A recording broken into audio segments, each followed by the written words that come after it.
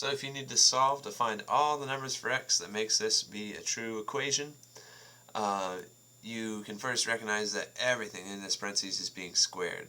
So since everything's being squared, we can undo something by taking the square root of a squared.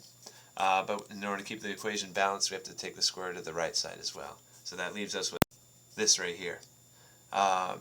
Taking the square root of a negative number is impossible. You can't find two numbers that are the same that multiply to be negative 18, because a negative times a negative always gives you a positive. So in order to finish that, we've to find the imaginary number I. You'll need to be using that off to the side. So pulling out an I basically makes it a positive square root, but you have to remember it's always being multiplied by I there. So we have this so far. We're almost down to a solution. We need to get x by itself, so we add both sides by that 5. That happens like this. So this is the final answer, but you're going to want to reduce that radical because you can pull out something you can take the square root of perfectly. That can be rewritten as square root of 9, square root of 2i.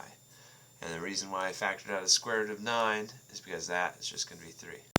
Okay, so this should be the final answer. Now look, if your professor hasn't taught you this, or if you've never seen this before, this is still technically right. It'll come out to the same decimal solution with the imaginary number component, but this is the preferred solution.